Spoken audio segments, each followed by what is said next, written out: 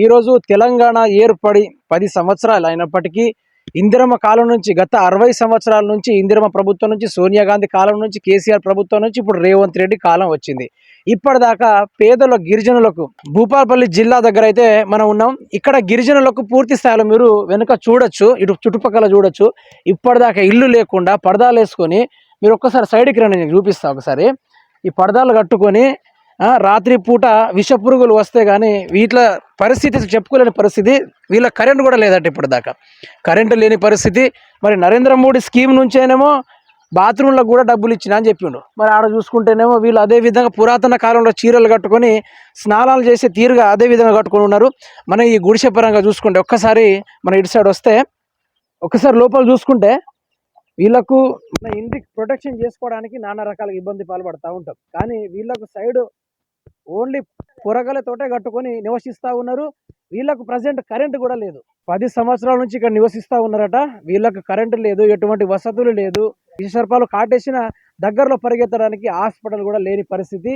వీళ్ళు 10 సంవత్సరాలు ఉన్నప్పటికీ ప్రభుత్వాలకు ఓటేస్తున్నా కూడా ఇప్పటిదాకా ఈ ఊర్లను పట్టించుకునే పరిస్థితి నాదుడు కానీ ఎవరు లేరు. ఇక్కడ ఎమ్మెల్యే శ్రీధర్ బాబు ఎమ్మెల్యేగా కొనసాగుతూనే ఉన్నాడు.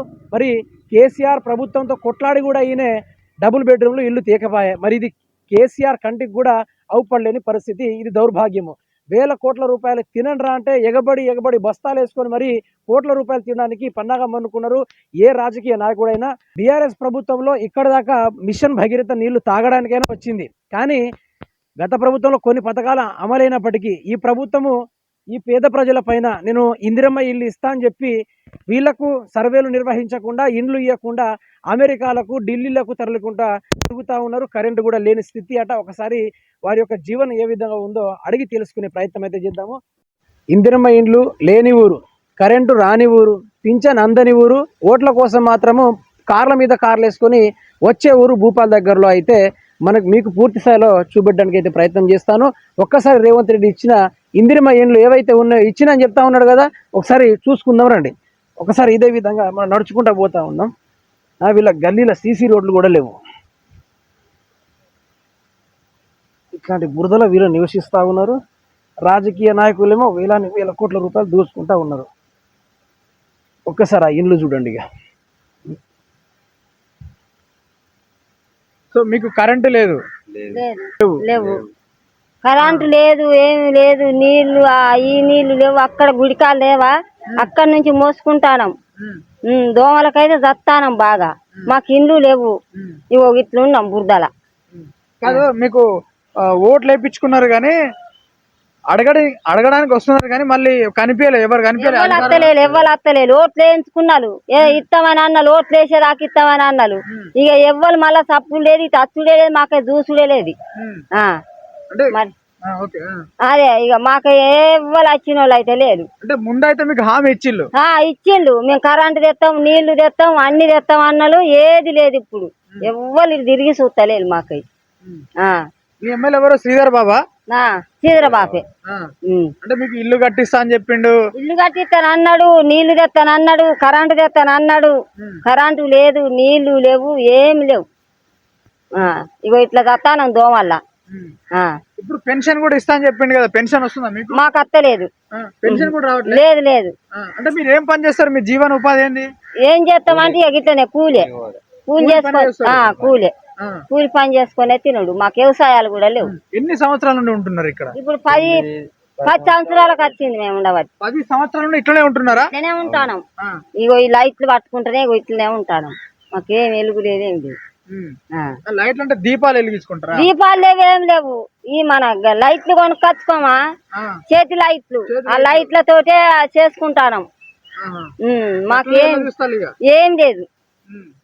ఇస్తాను అన్నాడు, ఏది లేదు. నేను ఓట్లు వేసినాక 2 నెలలకే వస్తుంది అన్నాడు. కరెంటు లేదు, ఆ నీళ్లు లేవు, ఏం లేవు.